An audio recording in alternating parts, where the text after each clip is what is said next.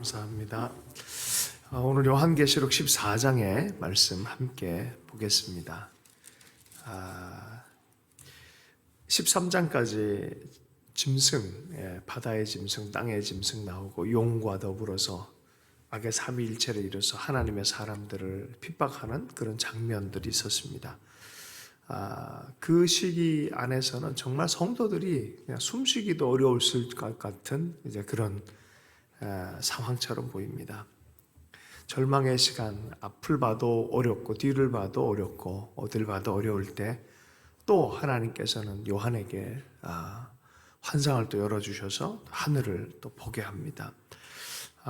여러분, 우리 삶이 그렇습니다. 때마다 시마다 막힐 때마다 힘들 때마다 우리 하나님께서 또 열어주시고 또 보여주시고 또 힘을 주셔서 달리게 하시는 분이신 줄로 믿습니다. 환상이 열려서 보는 장면 우리 함께 보겠습니다. 1절, 또 내가 보니 보라 어린 양이 시온산에 섰고 그와 함께 14만 4천이 서 있는데 그들의 이마에는 어린 양과 그의 이름과 아버지의 이름을 쓴 것이 있더라. 아멘. 어린 양의 입맞은 자들이 예수 그리스도와 더불어서 우상에게 경배하지 않고 순교의 자리까지 가기로 결정한, 믿음을 버리지 않기로 결정한 자들, 끝까지 인내하는 자들과 결국은 서 있는 모습을 보게 되어집니다.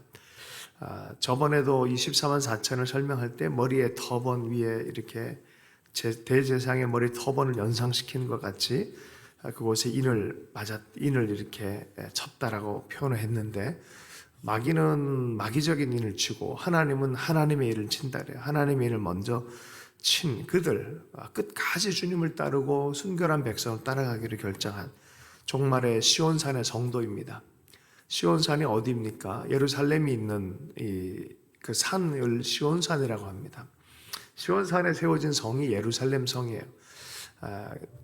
요한계시록 끝에 본 새 예루살렘 성이 내려옵니다. 그래서 시온산 예루살렘 그러면은 지형보다는 의미가 어떤 의미인지를 먼저 중요하게 볼 필요가 있습니다. 하나님의 산, 하나님의 다스리심이 중심이 되어지는, 온 세계 열방의 중심이 되어지는 그곳, 그런 의미를 갖고 있습니다. 어린 양이 시온산에 섰고 그와 함께 14만 4천이 서 있는데 그 중심에 그리스도와 함께 같이 서 있다는 거예요. 진정한 통치자와 더불어서 함께 서 있다라는 것입니다. 2절에서 3절, 하늘에서 큰 소리가, 그런 장면을 보고 있는데 소리가 나는 것을 듣게 되어집니다. 2절 3절을 보겠습니다. 내가 하늘에서 나는 소리를 들으니 많은 물소리와도 같고 큰 우레소리와도 같은데 내가 들은 소리는 검은 고 타는 자들이 그 검은 고를 타는 것 같더라. 그들이 보좌 앞과 내 생물과 장로들 앞에서 새 노래를 부르니 땅에서 속량함을 받은 14만 4천 밖에 능히 이 노래를 배울 자가 없더라. 요한이 듣기에는 하늘에 검은 고 소리가 납니다. 자세히 이렇게 보니까 많은 물소리 같고 큰 우레소리 같은 그런 소리인데, 그와 더불어서 보니 이게 14만 4천이 부르는 노래인 것을 보게 되어진 거예요. 어디서 뭔가 이렇게 큰 소리가 들려요. 그 음악 소리가 막 들려요. 가봤더니 14만 4천 명이 확 모여서 노래하는 그런 노래라는 거죠. 근데 그 노래의 내용이 뭐예요? 새 노래예요, 새 노래. 구원의 노래. 예수 그리스도께서 승리하시고 그리스도께서 구원하시는 하나님의 구원의 노래, 그 새 노래를 부르고 있는 거죠. 땅에서 속량함을 받은 14만 4천 명 밖에는 능히 이 노래를 배울 자가 없더라. 우리가 말했듯이 이 14만 4천은 12 곱하기 12 곱하기 그렇게 했잖아요. 완전한 구원의 수, 그리스도의 공동체, 순전한 그리스도의 공동체, 그 하나님 앞에 드리는 노래. 여러분, 그리스도 안에 들어온 사람만 이 노래를 이해할 수 있어요. 복음을 알고 듣고 믿는 사람만 이것을 이해할 수 있어요. 세상 사람들은 이 노래를 알 수가 없습니다. 그래서 그 얘기를 하는 거죠. 정말 속량을 받은 14만 4천 밖에는 능히 이 노래를 배울 자가 없더라.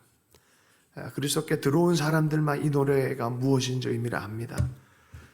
그리스도의 구원의 경험을 하고 그것을 맛본 사람, 하나님을 맛본 사람만 이 노래를 부를 수 있습니다. 어거스틴이 꿈을 꿨다고 합니다. 주님이 나타나셔서 아들아 네가 뭘 원하느냐 그랬더니 주님, 저는 다른 거 원하지 않아요. 주님을 원합니다. 이것이 주님을 맛본 사람 안에 나오는 공통 경험입니다. 주님 외에는 주님이 모든 것의 모든 것입니다 라고 말하는 것이죠. 존 칼빈이 어렸을 때 화형식을 당하는 어떤 사람을 본 거예요. 근데 평안함 안에 죽는 거예요. 저가 누구냐? 기독교인들은, 그리스도를 믿는 사람들, 말씀을 이렇게 바르게 그리스도 안에서 믿는 사람이다. 그런 것으로 충격을 먹었다는 거죠. 그리고 나중에 성경을 읽고 또 여러 가지 종교개혁적인 상황 안에서 성경의 진리에 그리스도 예수 안에 있는 구원의 능력이 무엇인지 더 깊어지는 거죠.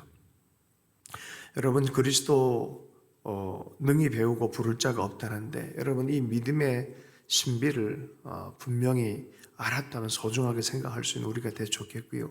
이 믿음의 정절을 끝까지 지켰으면 좋겠어요. 요새는 고난의 이 복음, 이 고난의 신앙, 이것이 가지고 있는 부요함에 대해서 너무 많이 잊어버렸어요. 그래서 영광의 복음이라는 식으로만 너무 많이 얘기하다 보니까 사실 이 고난이 실제적인 믿음을 증명하는 것인데, 고난을 피하려고 그러니까 자기 신앙이 진짜인지 아닌지 헷갈려하는 거예요, 사실은. 그래서 도리어 마음 안에 공허가 들어오고 좋은 걸 받아도 좋은지도 모르고 살아가는 그런 시대가 되어버렸습니다. 여러분, 그리스도 예수 안에 있는 이 신앙을 부패가 되지 않도록, 희석되지 않도록 주님 내게 주신 구원의 신비 너무 감사합니다. 그리고 그것을 끝까지 따라가기를 결정하는 것이죠. 그리스도의 피로 성량을 받고 처음 익은 열매, 하나님과 어린 양에게 속한 자들입니다. 봉헌의 의미예요. 처음 익은 것은 누구 것입니까? 하나님의 것이에요. 네, 하나님의 것이에요. 하나님께 드리는 거예요. 그러니까 하나님께 드려지는 이 사람들이라는 거예요. 이 사람들은 하나님의 것이다라고 인침받은 사람들이라는 거예요. 자, 4절 말씀 읽겠습니다. 시작. 이 사람들은 여자와 더불어 더럽히지 아니하고 순결한 자라. 어린 양이 어디로 인도하든지 따라가는 자며 사람 가운데서 속량함을 받아 처음 익은 열매로 하나님과 어린 양에게 속한 자들이다. 아멘. 하나님께 속한 자들, 하나님께 드려진 것, 속량을 받아 처음 익은 열매에 대한 표현을 씁니다. 속량이란 단어의 뜻은 무르다, 도로 사다, 되찾다라는 그런 의미가 있고요. 우리가 잘 아는 이 보아스, 룻의 이야기, 룻기의 이야기에서 속량이라는 단어가 무르다, 기업을 무르다라는 거예요.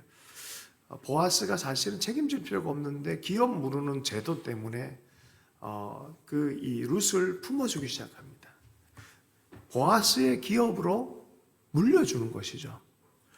주님께서 우리를 속량하셨다는 게 그거예요. 주님의 것으로 우리를 덮어주고, 사실 보아스는 예수 그리스도의 모습을 예표하는 거예요.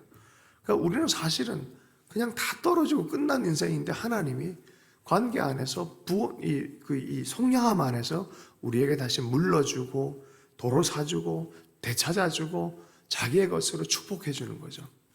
이게 속량함을 받은 거예요. 속량함을 받은 처음 익은 열매로 하나님과 어린 양에게 속한 자들이다. 자, 5절 말씀. 그 입에 거짓말이 없고 흠이 없는 자라. 하나님의 사함을 받은 자들이고 위로를 받은 자들이고 하나님 기쁨을 맛본 자들로 하나님 앞에 예수 그리스도의 신부로 정말 거룩한 삶, 그리스도 예수의 피로 깨끗함을 입은 그런 삶을 또 살아가는 하나님의 사람들이다라고 말합니다. 자, 또 다시 한번 다른 환상이 펼쳐집니다. 6절, 7절 말씀. 여러분 꿈꿀 때 보면 맥락 없이 여러 장면이 나올 때 있잖아요. 그런 것처럼 이제 환상도 이렇게 요한에게 이렇게 저렇게. 근데 이 맥락이 없는 게 아니에요. 장면이 자꾸 바뀌는 거, 어떤 의미를 계속 얘기하기를 원하시는 거예요. 자, 6절, 7절 말씀을 함께 읽겠습니다. 시작. 또 보니 다른 천사가 공중에 날아가는데 땅에 거주하는 자들 곧 모든 민족과 종족과 방언과 백성에게 전할 영원한 복음을 가졌더라. 그가 큰 음성으로 이르되 하나님을 두려워하며 그에게 영광을 돌리라. 이는 그의 심판의 시간이 이르렀음이니 하늘과 땅과 바다와 물들의 근원을 만드신 이를 경배하라 하더라. 여러분, 또 다른 천사가 공중을 날아가는데 모든 사람, 민족, 종족, 방언, 아까 장면 그 장면을 끝나야 돼요. 그리고 요 또 장면이 바뀌어서 이런 장면을 보는 거예요. 봤더니 영원한 복음, 백성에게 전할 영원한 복음을 가졌다는 거예요. 모든 민족과 종족과 방언과 백성에게 온 인류에게 전할 영원한 복음을 가졌다라고 말합니다. 그가 큰 음성으로 선포하는 거예요. 하나님을 두려워하면 그에게 영광을 돌리라. 여러분, 복음은요, 사실은 진짜 하나님을 하게 하는 거예요. 하나님이 계시고 그분 앞에 인간은 죄를 범했다. 하나님이 계시고 너도 그 죄인으로서 죄사함을 받을 수 있는 길이 있다라고 전하는 거예요. 그래서 간단해요. 하나님을 두려워하고 그에게 경배다. 넌 예배자가 되라. 그 왕을 인정하고 예배자가 되라는 소리예요. 이는 그의 심판의 시간이 이르렀음이니 하늘과 땅과 바다 물들의 근원을 만드신 이를 경배하라. 심판이 이르렀다. 하나님이 심판할 때 인간을 모른 척하고 내버려 두실 때가 있고 심판할 때가 있는데 심판할 때가 이르렀다. 그러기 전에 이 복음의 말씀 앞에 반응하고 정말 예배자가 되라는 소리예요. 경배하라는 소리입니다. 여러분, 주님께서 복음은 부활하신 예수 그리스도를 바라보게 합니다. 주님이 부활하시지 않았으면 이 복음은 사실은 반 정도밖에 근거가 안 돼요. 나를 위해 죽어주신 게 진짜인지 아닌지 어떻게 확인해요? 그분이 사람이 죽은 건데 하나님의 아들이 죽은 줄 어떻게 알아요? 그러나 부활하신 예수 그리스도를 통해서 우리는 아는 거죠. 하나님이 인류 가운데 오셨었구나. 위대한 방문을 하셨구나. 하나님께서 인간을 위해 죽어주셨구나. 엄청난 사실을 전해준 거예요. 하나님이 어떻게 이런 일을, 우리를 구원하고 속량하기 위해서 그 구원하시는 하나님의 능력이 그 신비하게 나타난 거예요. 그게 영원한 복음이에요. 영원한 복음. 하나님의 아들 예수 그리스도를 통해서 우리에게 살아있는 동안 그분을 인정하고 경배자가 되길 바란다라는 온 인류를 향한 외침이 여기에 있습니다. 자, 영원한 복음에 대한 이야기가 있다면 그것을 받아들이지 않는 세속에 속한, 악에 속한 왕국과 제국이 있어요. 그건 어떻게 되겠습니까? 8절의 말씀이에요. 함께 읽습니다. 시작. 또 다른 천사 곧 둘째가 그 뒤를 따라 말하되 무너졌도다 무너졌도다 큰 성 바벨론이요 모든 나라에게 그의 음행으로 말미암아 진노의 포도주를 먹이던 자루라 하더라. 마셔라 부어라 마셔라 하는데 그것 자체가 어떻게 됩니까? 진노 아래 있는 것이고 또한 결국은 어떻게 됩니까? 심판 안에 들어가는 거고 지옥불에 떨어지게 되는, 취하게 하는 것 자체가 그 방향이 지옥으로 가도록 만드는 진노의 포도주라는 거예요. 그 사실은 즐거움의 포도주인 줄 알았는데 나중에 보니까 그건 진노의 포도주라는 거죠. 무너졌다 무너졌다 큰 성 바벨론, 바벨론은 무너지는 결과로 보여지는 거죠. 여러분, 어둠이 빛을 이길 수 없습니다. 어둠이 창궐하고 모든 것이 우리 인생 가운데 소망도 믿음도 막 무너져 갈 것 같이 보일 때가 있습니다. 그러나 결코 어둠은 빛을 이길 수 없습니다. 하나님의 선교를 하는 사람들이 하나님의 빛의 생명과 사랑과 섬김의 이 길을, 거룩한 길을 왜곡해서 힘으로 어둠의 방식으로 하는 때가 있어요. 근데 그럴 때가 있어요. 옛날에 제국적 선교 방식이라고 해서 했을 때가 있어요.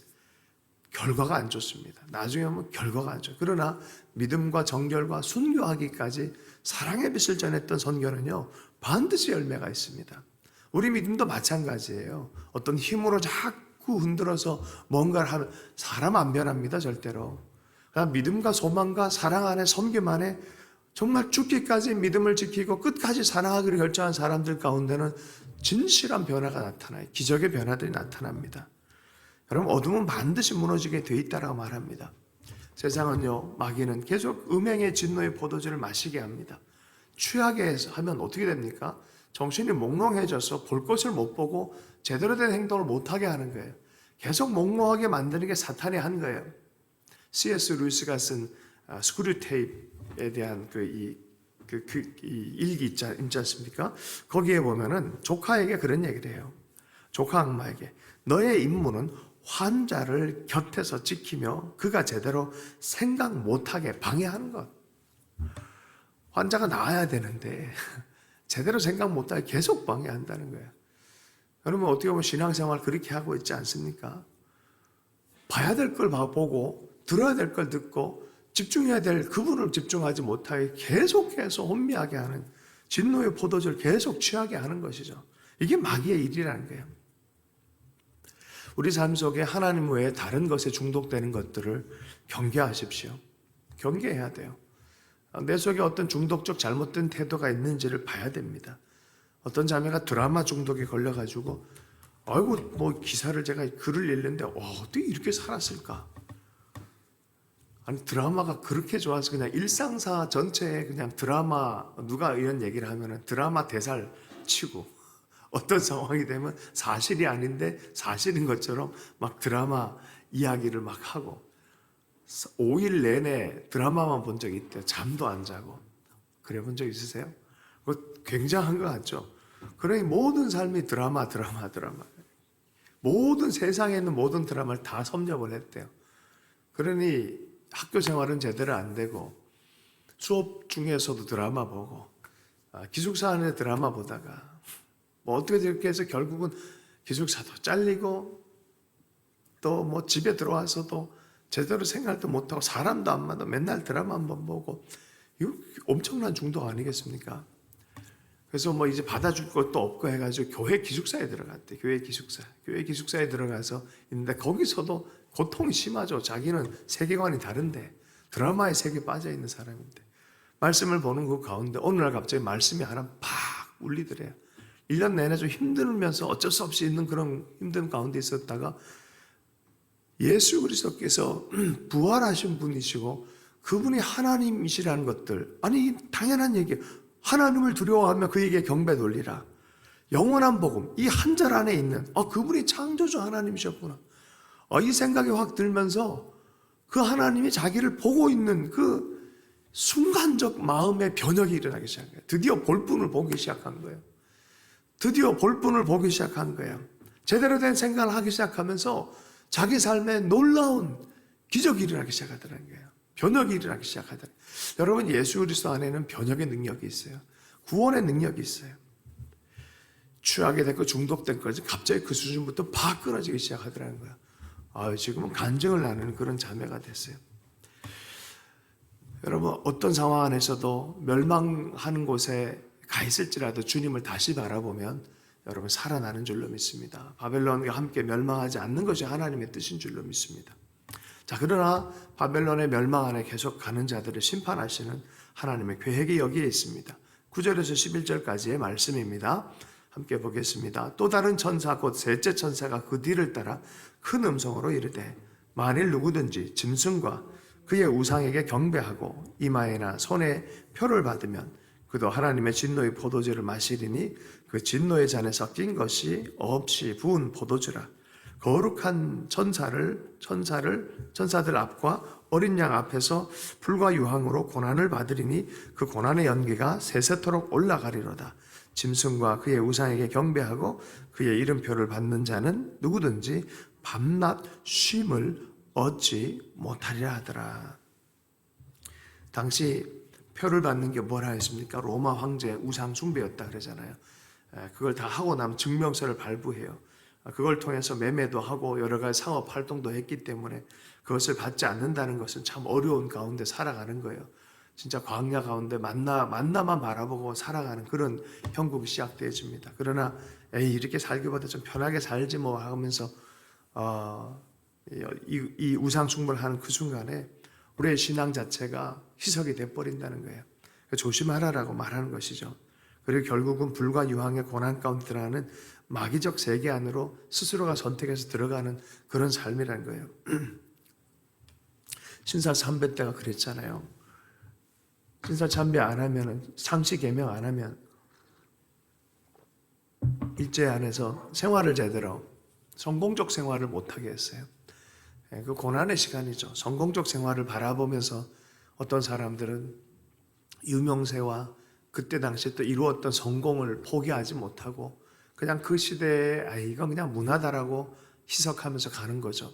여러분 이때 마귀는 이 바벨론 시스템은 지금도 숨어서 역사를 하고 있어요. 그렇다고 해서 너무 극단적으로 지금 이 방역하는 게 뭐다 이런 식으로까지 생각하지는 않아 좋겠어요. 우리는 지켜보는 거죠. 우리 신앙을 건드리는 수준이 된다 그러면 그건 아니다라고 말하는 때가 돼야 되는 거죠. 어쨌든 일시적인 매매도 하고 혜택도 주면서 마귀는 올무를 우리에게 뿌리는 것입니다. 그러나 그 대가가 뭐예요? 너 신앙 포기하라는 거예요. 그게 신앙 포기하고 그걸 얻으라는 거예요. 그러면 그것은 하나님을 포기하는 것과 똑같은 거예요. 고난의 연기가 세sek토로 올라가는 불과 유황으로 들어가는 것입니다. 중국의 교회가 이제 오픈이 되어지고 뭐 이 올림픽도 치르고 하면서 막 개방화되어지고 이제 자본주의적인 것 부분도 반 정도는 다 해놓은 상태에서 막 교회들도 엄청난 큰 교회가 생기고 막 그랬어요. 그러니까 국가에서도 느슨하게 막 봐줬어요. 뭐 수천 명 되는 교회, 우리 한국의 메가처치 같은 분위기도 막 생기기 시작했어요. 그러면서 가정교회를 향해서도 손을 이게 뻗으면서 같이 가자. 삼자교회랑 국가의 통제 아래에 있는 그 교회와 그 삼자교회라 그래요. 너희 신앙생활 보장해 줄 테니까 이 중국의 어떤 통치 명령과 부딪히지 않는 교회로 가자. 그게 삼자교회예요. 그런데 가정교회는 어떻습니까? 그것 때문에 핍박을 2000년 되기 전까지 받았던 교회예요. 그러니 2000년 이후에 이런 일이 일어나니까 이게 이상한 거. 그동안 자기들 핍박했던 대상들이 손을 붙잡아서 같이 가자라고 하니까 여러분 312년도에 이 컨스탄틴 대제가 로마가 기독교에 그런 일을 했어요. 그래서 그때 당시에 두 파로 딱 나눠졌어요. 야, 이게 어떻게 제국과 같이 가냐 이런 파가 있었고, 하나는 이들을 변화시켜서 회심시켜서 도리어 더 좋은 것을 하나님 나라를 만들자라. 이 두 파가 이렇게 나눠졌어요. 항상 그것은 이렇게 회색 지역이 분명히 있어요. 쉽게 판단할 수 없는 어떤 부분이 있죠. 그러나 깨어서 분별을 해야 돼. 이게 뭔지. 근데 중국 교회가 그랬었어요. 코로나가 되어지고 또 몇 년 전부터 막 갑자기 핍박이 공산 정권과 더불어 교회가 팍 충돌이 일어나니까 십자가 그냥 꺾어버리고 교회 그냥 파괴시켜버리고, 우한 지역에 있는 또 여러 거기가 예수 믿는 사람은 굉장히 많은 동네예요. 사실은 뭐 90% 가까이 되는 동네도 있어요. 대단합니다. 어떻게 공산주의 사회주의를 주장하는 국가 안에서 그런 일이 생깁니까? 여러분, 이거 진짜 아이러니한 거예요. 유럽은 예수 믿는 사람이 3% 4% 내려가요. 사회주의 국가, 공산주의 국가인데 여러분 10% 이상이 예수 믿는 사람이에요. 하나님 입장에서는 어딜 주목해서 볼지 진짜 헷갈립니다. 기독교 국가라고 말은 하는데 진짜 예수 믿는 사람이 있는지 헷갈립니다. 그런데 사회주의 국가를 표방하는 나라에 예수 믿는 사람이 더 많아요. 이거 황당한 일이에요. 이분들이 어려움을 겪고 나서, 교회를 핍박받고 나서 만났어요, 몇몇 지도자들을. 근데 그 얘기를 뭐라 그러냐면, 우리는 하나님께 감사한다는 거예요. 우리는 조금씩 걱정했다는 거예요. 타락할까봐. 교회가 자본주의적으로 타락할까봐. 교회가 예수 그리스도의 복음을 희석시켜서 잘못 갈까봐 너무 걱정을 했다는 거예요. 그 도리어 우리가 희망을 얻었다는 거예요. 우리 하나님 살아계시다, 도리어. 그런 극단적인, 그쪽 입장에서 또 그게 우리 입장에서는, 그런데 제 마음이, 그 중심이 무슨 얘기하는지는 알겠어요. 그 마음이, 정말 저분들의 신앙은 뭔가를 받기 위해서, 뭔가를 유명세를 누리기 위해, 성공하기 위해서가 아니라 그 생명의 복음을 붙들려고 애를 쓰는구나. 생명의 복음. 그거 하다 잡히고, 뭐 가정교회 한다고 핍박당하고, 뭐 이런 시즌에까지 감옥 갈 필요가 뭐가 있겠어요. 그런데 그분들은 그걸 붙들고 가고 있네. 잘 살고 있는데도 그걸 하고 있는 거예요. 잘 사는 게 목적인 사람들, 잘 살고 나면 십자가를 버려버려요. 먹을 거 먹으면 버려버려요. 배고픈 거 끝나면 버려버려요. 예수님께서 그걸 알았기 때문에 오병이어 사건 이후에 피하십니다. 저들이 먹을 것 때문에 나를 쫓는 거지 내가 생명의 떡이라는 것을 잘 모르고 있다라고 제자들에게 얘기를 해주셨어요. 여러분, 우상숭배 시대를 살아가요. 사실은 곳곳에 복음이 전해지기 전에 다 우상숭배 시대를 살아가고 있습니다. 그리고 이 시대는 어떻게 보면 성공이란 우상을 따라가고 있는 것 같아요. 예수 그리스도의 구주를 따라가는 것이 아니라 성공이란 것, 육신의 즐거움, 땅의 즐거움을 최고로 삼고 살아가는 시대가 되어버렸어요. 하늘이 문이 닫혔어요. 신비한 하나님 생명의 세계가 문이 닫혀진 것 같은 그런 시대를 살아가고 있습니다. 서구 사회는 그래요. 자본주의 선진 사회는 벌써 그렇게 되어버린 것 같습니다. 자, 12절 13절 말씀을 함께 읽겠습니다. 시작. 성도들의 인내가 여기 있나니 그들은 하나님의 계명과 예수에 대한 믿음을 지키는 자니라. 또 내가 들으니 하늘에서 음성이 나서 이르되 기록하라. 지금 이후로 주 안에서 죽는 자들은 복이 있도다 하시매 성령이 이르시되 그러하다. 그들이 수고를 그치고 쉬리니 이는 그들의 행한 일이 따름이니라 하시더라. 주님 안에서 죽은 자, 주님 안에서 죽은 자, 끝까지 믿음을 지킨 자, 아무것도 성공한 것 같지 않아도 끝까지 예수 믿음을 지킨 자, 와, 하나님의 말씀, 사랑하라라는 그 말씀, 하나님을 경배하라, 하나님을 사랑하고 예배의 삶을 살라라는 것, 예수 그리스도처럼 살라라는 것, 그리스도를 구주로 섬기고 살라는 것, 끝까지 지킨 자들. 할렐루야. 야, 내가 들은 하늘의 음성이 나서 이르되 기록하라. 지금 이후로 주 안에서 죽은 자들은 복되도다. 그렇게 죽은 자들은 복이 있다라고 기록하라고 얘기하는 거예요. 사도한테 이거 기록해라. 그렇게 죽은 자들은 복이 있다. 상급이 있다. 근데 갑자기 성경 전체에서 늘 숨어서 어떻게 보면은 조용하게 계시고 돕는 분으로 계시던 성령님이 전면에 등장해서 드디어 말씀하기 시작합니다. 성령이 이르시되 그러하다. 성령이 이르시되 그러하다. 그들이 수고를 그치고 쉬리니 이는 그들의 행한 일을 따름이라 하시더라. 성도의 믿음과요, 성령의 역사는 동전의 양면 같아요. 예수 그리스도의 손에 들려진 오병이어가 하나님 예수 그리스도께서 받으셔서 축사하시면서 큰 역사가 일어난 것처럼 우리가 별거 아닌 것 같은 조그마한 부스러기 같고 조그마한 겨자씨 같은 믿음, 그것을 계속해서 키우고 자라게 하시는 분, 성령님이 말씀하시는 거예요. 그러하다. 성도의 믿음을 계속 보호하고 견인하고 끌어주신 분이 누구이십니까? 성령님이세요. 우리도 그래요. 매일마다 좌절되고 힘들 때 얼마나 있습니까?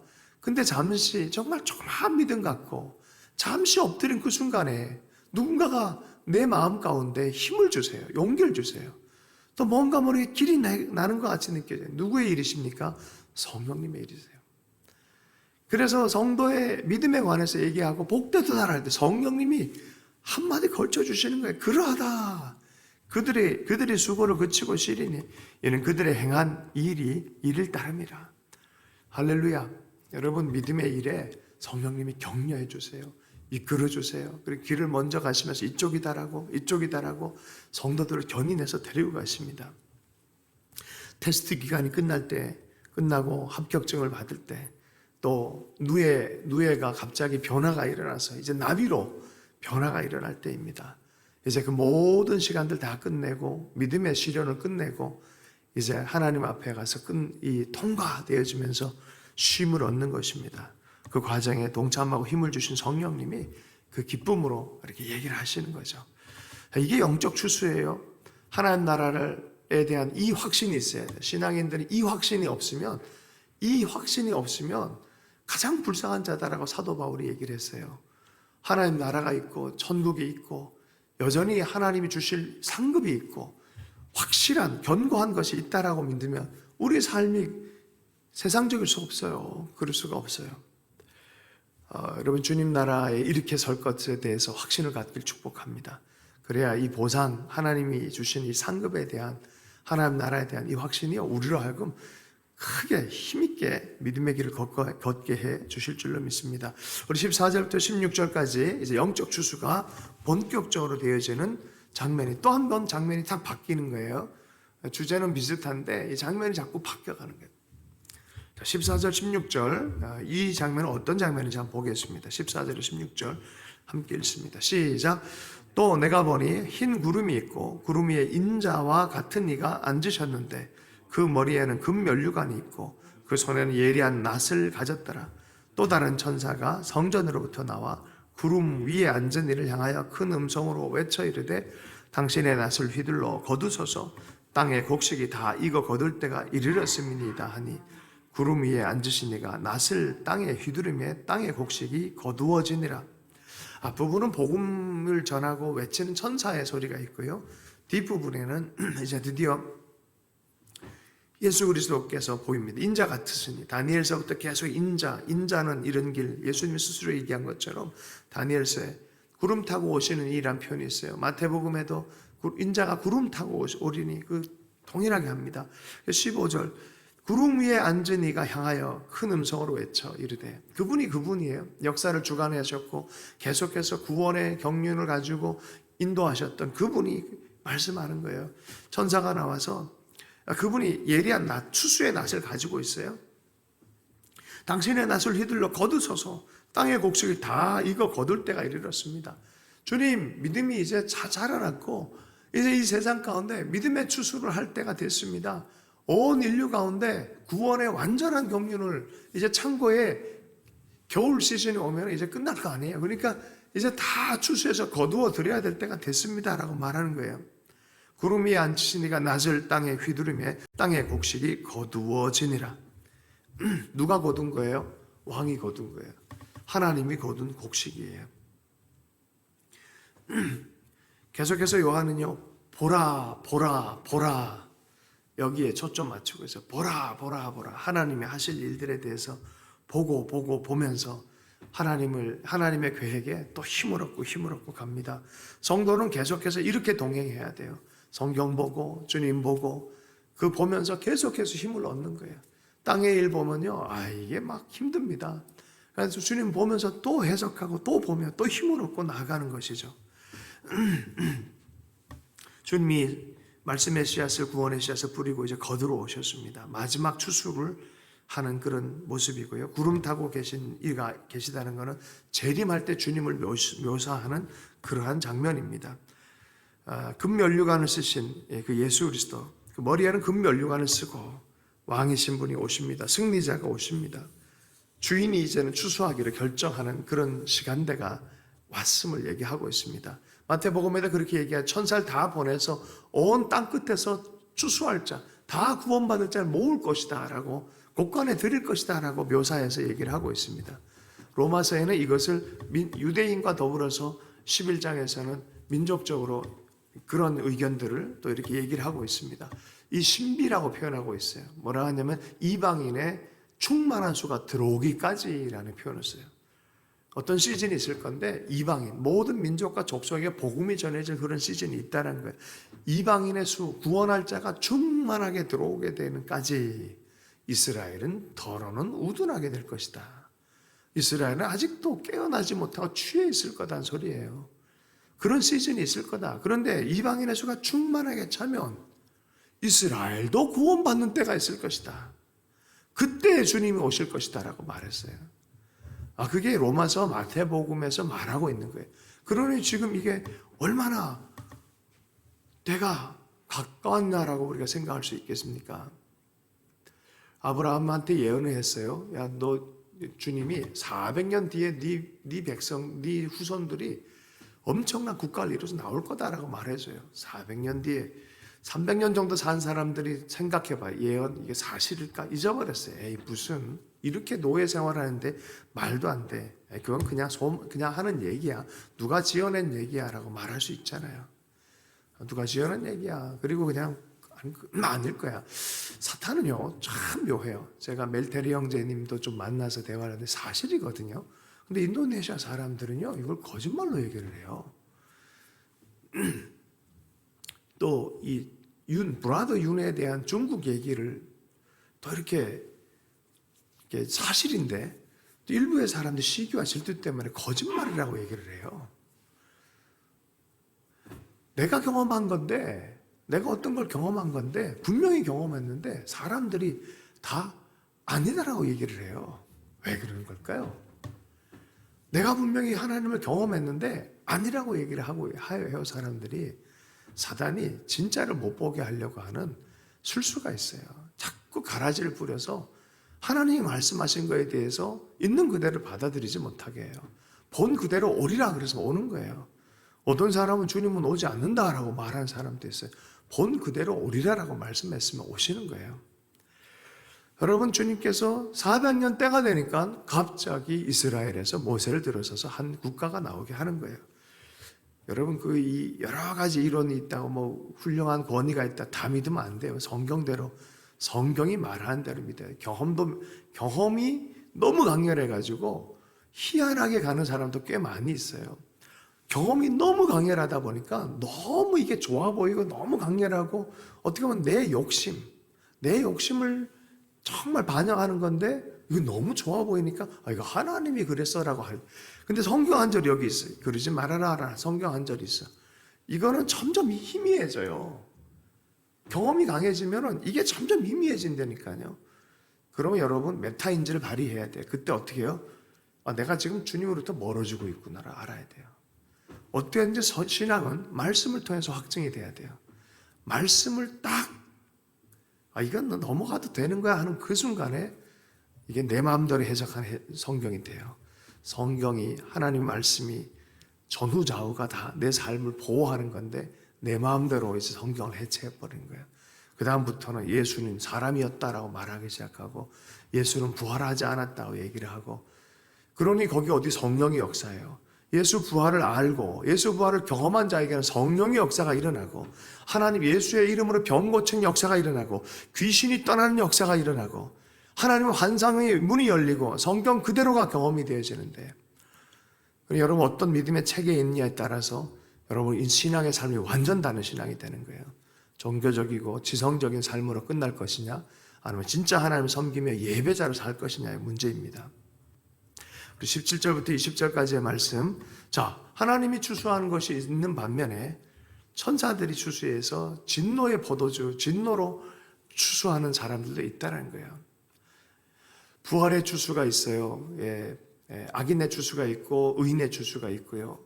영원한 영생의 추수가 있고 영벌의 추수가 있다라요. 영벌의 추수에 대해서 얘기합니다. 17절에서 20절까지의 말씀을 보겠습니다.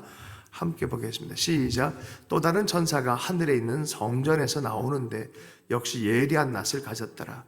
또 불을 다스린 다른 천사가 제단으로부터 나와 예리한 낫 가진 자를 향하여 큰 음성으로 불러 이르되 내 예리한 낫을 휘둘러 땅의 포도송이를 거두라. 그 포도가 익었느니라 하더라. 천사가 낫을 땅에 휘둘러 땅의 포도를 거두어 하나님의 진노의 큰 포도주 틀에 던짐에 성 밖에서 그 틀이 밟히니 틀에서 피가 나서 말 굴레까지 닿았고 1600 스타디온에 퍼져더라. 아멘. 자, 천사가 추수하는 게 있어요. 하나님이 추수하는 거. 하나님의 것은 예수 그리스도의 것은 어린 양의 것은 어린 양이 추수하는 거예요. 그러나 이 진노의 포도주, 이 포도주를 마시고 취해 있는 자들, 포도 송이로 이렇게 이 묘사되어진 이것은 예리한 낫을 가진 천사가 이 추수를 하는 것이죠. 그 포도가 익었느니라 하고 포도는 항상 좋은 데 쓰여지만 여기에 포도는요, 이건 진노의 포도예요. 이 하나님의 진노의 큰 포도주 틀에 던져지는 그런 포도예요. 자, 하나님의 진노의 포도즙을 어떻게 만듭니까? 포도를 다 따서 하면 꽉꽉 밟잖아요. 그럼 포도주가 되잖아요. 진노의 포도주 틀이라고 표현하고 있어요. 성 밖에서 그 틀이 밟히니 틀에서 피가 나서 말 굴레까지 닿았고 1600 스타디온에 퍼졌더라. 1600 스타디온은 4 곱하기 4 곱하기 100입니다. 온 세상, 사는 온 세상을 말하고 온 세상의 모든 것들 다 추수해서 완전하게 심판하는 때에 대한 이야기를 하는 것입니다. 여러분, 하나님의 심판이 우주적으로 일어날 때가 있다라고 분명히 성경은 말합니다. 이게 종말에 대해서 성경적 종말, 우리 기독교 교회가 지금까지 기다리고 있는 예수님 오시고 다시 오실 때까지를 종말이라고 합니다. 성경에서 종말이라고 합니다. 지금은 어떤 때냐? 종말의 종말이라고 말합니다. 어저께 어떤 기사를 보니까 노르웨이에서 방주를 크게 지은 사람이 꿈에서 하나님이 어떤 큰 감동을 받아 방주를 지으라라고 했다는 거죠. 정말 대단하더라고. 엄청나요. 수십만의 사람들이 거기를 방문하기도 하고 관광객으로 방문하기도 하고 성경의 이야기 노아의 방주 이야기를 또 접하면서 심판, 인류 최초의 또 어떤 심판의 장면 아니겠습니까? 그 물심판에 했던 그 장면. 여러분 보세요. 오늘 포도주 천사는 불을 다스리는 천사라고 표현하고 있어요. 앞부분에 7장에는 바람을 다스리는 천사가 있어요. 16장에는 물의 천사가 있어요. 이번은 불의 천사예요. 불의 천사. 그래서 예전에 어르신들은 나중에는 불심판이다, 물심판이 아니라 불심판이다라고 얘기했던 이유가 또 이런 부분에 또 있는 것 같아요. 자, 노르웨이 얘기하다 여기로 왔어요. 마지막 마무리하면서 이분이 중동 이스라엘 쪽의 평화를 위해서 주님이 어쨌든 하나님의 특별한 계시를 받아 정말 엄청난 크기로 주었어요. 그런 기술이 있다는 것도 놀랍고 그런 자본이 있다는 것도 놀랍고 이 사람이 그런 꿈을 꿔서 이런 일을 했다는 것도 놀랍고 그래서 많은 사람이 주목을 했는데 이 배를 리우 올림픽에 가져가려고 그랬었어요.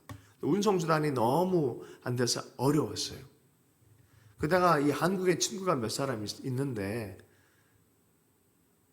한국이 마지막 분단 국가 아니겠어요? 지구 안에서. 그래서 희망의 상징, 무지개와 같은 상징으로 올해 6월에 이분이 이 방주를 한국에 갖다 놓기로 결정을 해가지고 요 며칠 사이에 여기 소공동 쪽에서 그래서 계약서도 쓰고 아마 그런 것 같아요. 한국에 저는 그걸 딱 보면서 야 이거 뭐가 진짜 제 마음에 그렇거든요. 주님 오시기 전에 그냥 와버리면 북한은 어떻게 돼요? 이건 아닌 것 같거든요. 그래서 하나님 조금 늦춰주세요. 북한이 통일되어지고 예수 복음이 저들 가운데 알려져서 저들도 다 듣게 해주시고 구원할 자는 다 구원하신 이후에 오시면 좋겠습니다. 그리고 남과 북이 연합해서 열방을 복음하는 일에 쓰임 받았으면 좋겠습니다. 그런 마음으로 저는 계속 기도하고 있거든요. 그리고 자칫하면 이거 정말 위험한 지역이 여기가 돼요. 2030년이면 평화를 구축하지 않으면 이건 모든 학자들이 예측하고 또 갈등 구조를 보면 그럴 수밖에 없는 구조인 것이 역사적으로도 증명이 많이 돼요. 어떻게든지 여기 평화가 돼야 되는데 이 노르웨이 분이 전 세계 주목을 받으면서 한국에 갖다 놨다는 게 제 마음 안에는 아주 특별한 이 감동이 있었습니다. 여러분 추수꾼을 주님께서 우리한테 요청했어요. 마지막 때 추수의 천사, 추수할 사람들 보내달라, 추수한 천사를 보내달라고 기도하라라고 우리에게 얘기했어요. 북한을 위해서 기도해야 됩니다. 주님 추수할 천사를 보내주십시오라고 기도해야 됩니다. 하나님의 감동을 받은 방주교회, 우리 교회가 처음에 조금 협력하고 선교적인 부분에 조금 도움을 드렸던 또 여러 가지 행정적인 부분에 도움을 드렸던 멕시코 선교사 박현욱 선교사 50이 넘을 때 갑자기 성령님이 너 멕시코 가서 멕시코 캠퍼스를 섬겨라라고 말해준 거죠. 갔는데 아무 일도 안 일어났어요. 3년 내내 기도만 하고 늘 카페 앞에서 학생들 이렇게 말도 제대로 안 듣고 스페인은 열심히 공부하긴 했지만 그냥 멍 때리고 3년째 될 때 너무 힘들어가지고 하나님 제가 돌아가야 되나요? 이제 거의 돌아가려고 마음먹은 그때 갑자기 어떤 한 형제가 다가와가지고 스페인어로 얘기를 하다가 복음의 역사가 일어나기 시작해요. 거기부터 터진 게 LPG라는 지금은 남미 전체 대학생 운동이 되어버렸어요. 수백 명, 수천 명이 영향을 받는 국가적인 우리로 하면 제일 좋은 대학 다니는 아이들이 매주마다 성경 공부를 합니다. 자기들이 열정적으로 밤을 새우면서 기도하고 말씀 공부하고 하는 일들이 일어났어요. 하나님이 참 신비하게 지금도 일하세요. 마사이족에 가신 우리 한국인 선교사 35만 마사이족의 명예 대추장이 됐어요. 들어갈 때 오늘 못 알아듣는데 그냥 yes, yes, no, no 했는데 이게 기가 막히게 너 들어올 때 너 죽을 수도 있어. 너 죽을래? 그랬더니 yes. 그리고 너 도망갈래? No. 이러지. 그래가지고 시작돼가지고 선교사 얘기했는데 하나님이 인도해서 학교와 교회와 의료시설과 얼마나 많은 게 명예대추장이 되어버렸어요.